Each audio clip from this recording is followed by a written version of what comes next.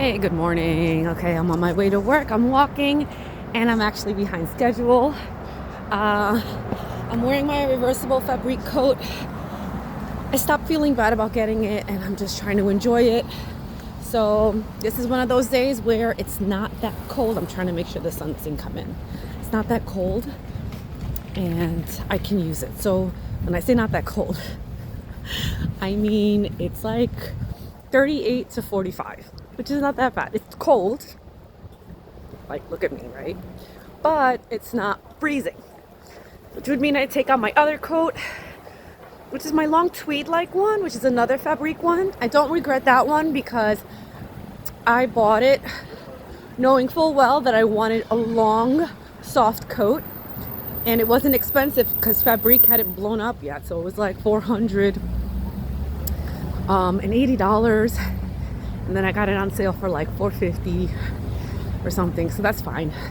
This one, however, was like $700 because they blew up, and luckily they had like a code, a discount, like a welcome code and a discount code, some combo that I got from Jessie Lou, because she's the one that was wearing this and of course influenced me, which started my whole de-influencing journey. Thank you, Jessie Lou, for getting me to that point. Anyway, so I got a discount code. I went and I bought it, $500 and something, which is the most I've ever spent on a coat. Even my macage, I bought a macage pea coat, beautiful, back in, well, I mean, it's been a long time, back in 2006, maybe. So it's like 20 years old. It's in great condition, like honestly. It's got a little bit of, like one of the sides has a little bit of eaten up moth, like tiny little bit. I stopped that from happening and I protected it, and then I replaced some buttons. But it's been great. I mean, it looks great. It still feels great. I think I'll have that coat forever, just like I hope to have these coats forever. Anyway, I always get on a tangent, but I am going to talk a little bit about the shopping because honestly, I was thinking about getting some other things this month, but I'm not going to get anything this month. In fact, I'm toying with the idea of not getting anything next month. And so I honestly, the only thing I want to get are maybe some loafer shoes because I don't have any black loafers. I don't need any clothes. I really, some people do a no clothing by year. I've been doing a no clothing by year since before it was a thing. And when I say no clothing, I don't mean like nothing at all. I just mean frivolous clothing that I don't need. I'm just doing for fun. I had been buying clothing, but only after when I was desperate to get an item. Normally, whatever I had, if it got a hole in it, which things did, things ripped, things stained, I just took it to the tailor's. You know how many times I fixed some corduroy jeans I had, where because in the thigh area, it rubbed so much that, the fabric kind of like fell apart. They patched it. I had patches in there, and I did patches for all my jeans for years, so I wouldn't have to buy new jeans. So I definitely know what it is to not buy anything at all. Like I said, there were many years in my 30s where I literally was counting my pennies, and so it never occurred to me to try and overspend on things like clothes and bags and whatever. Now, that doesn't mean I did not overspend. I did go on my vacations. So that was where all my money went. Some people, their money goes to handbags and material items. For me, my vice is vacations. And then I stopped doing vacations for a while, but now I want to get back into it, but obviously in a responsible way. So anyway, I am going to not be buying any more bags. Definitely through the end of this month, and maybe even through next month, because I need to enjoy my bags. Now I have a lot of open big bags, like big tote bags types things. I have a never full. I've got a garden party. I have my Chow Chow, which I'm taking a break currently from. Right now I'm using my trusted Burberry from 20 years ago. I got this Burberry back in 2008 for my 30th. So yeah, that was almost 18 years ago. Still going strong. It's beat up. I can't sell it, but I love it. And it's a great bag because it's lasted me all these years, and it will continue to last me for the rest of my life. And this is how I choose to see things when I buy them. Is this gonna last me to the rest of my life? Now, I talked about buying some frivolous bags on the street and all that stuff. And buying it, I knew it wasn't gonna last me the rest of my life. And I didn't necessarily intend for it to. They might. But this is why I didn't spend a lot of money on it. Because that's, that's not supposed to be, the intention of it wasn't to be forever. Not everything you're gonna buy is a forever thing, right? So those were not meant to be forever. If they end up being forever, great. But I didn't walk into that situation intending for that to happen. And this is where I want to make a comment about something I saw today, where you know you're truly rich when you see truly wealthy people have trashed up or banged up bags. And I would say, like, everybody's different. Like, they're trying to find things to talk about. Like, you have truly wealthy people who get new bags all the time. And you have truly wealthy people who, just wear t-shirts and jeans and use their beat up bags, and use their bags until they're done. Wealthy people come in all shapes and sizes, styles and characteristics, old and new money. So these conversations are like a mute point. You have to do what you want to do. Stop trying to look to others to get an idea of what's the right way to do something, because then it makes you feel like you're not doing something right because you're not following somebody else. It's like, no, the only person you really need to follow is you and your style, your personal style. And yes, of course, we have influences in our life that give us ideas, but at the end of the day, it's got to resonate with you.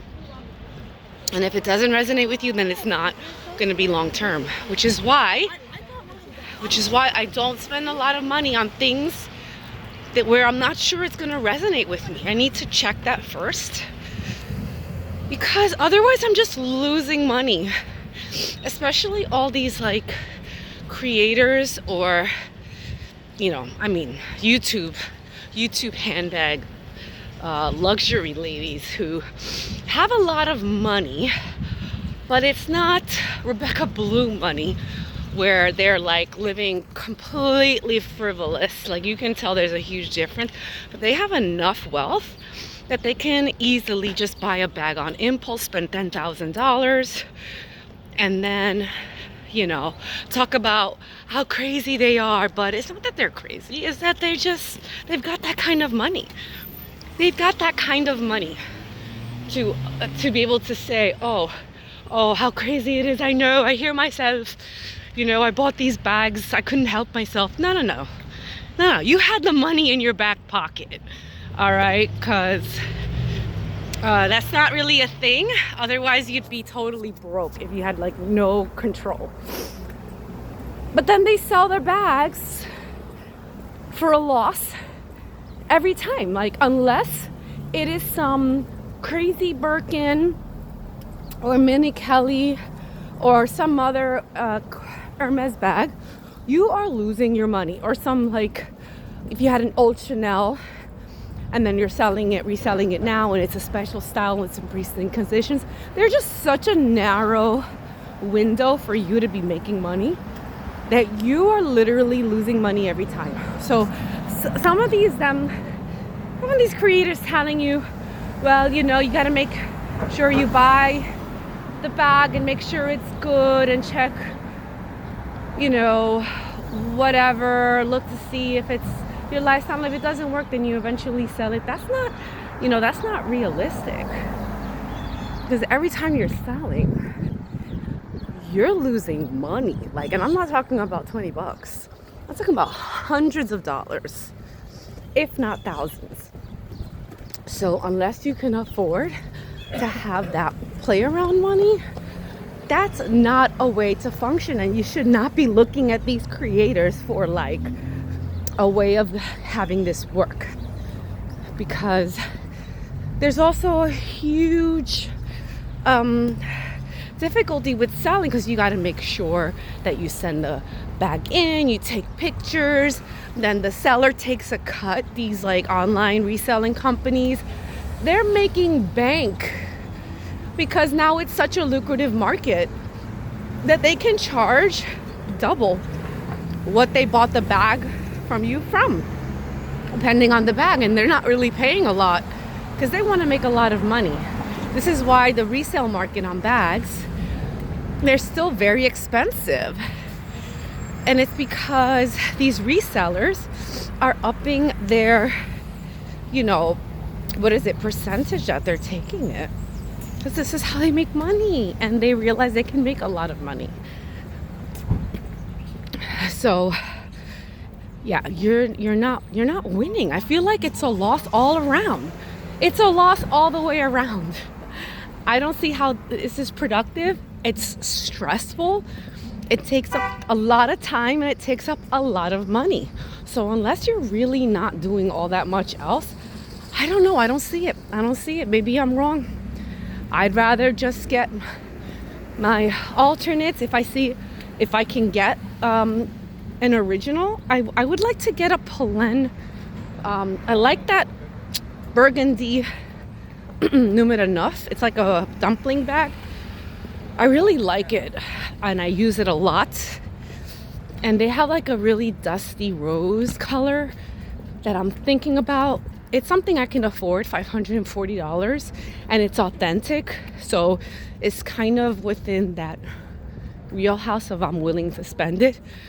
But do I need another numero 9 bag? That's the question. Will I use it if I already have one? And I have so many other little bags now. I'm gonna say no. Like, I'm gonna pass on it. I think I'm gonna pass on it, at least for now, because here's another thing I wanted to talk about. Not just new bags. I think new bags is different, but I bought two vintage bags, or used bag. One was vintage, a Celine Boogie, which I paid $143 for, a great price for a Boogie. It was in pretty good condition. The reason why it was $143 is because one area of it had been stained irreparably.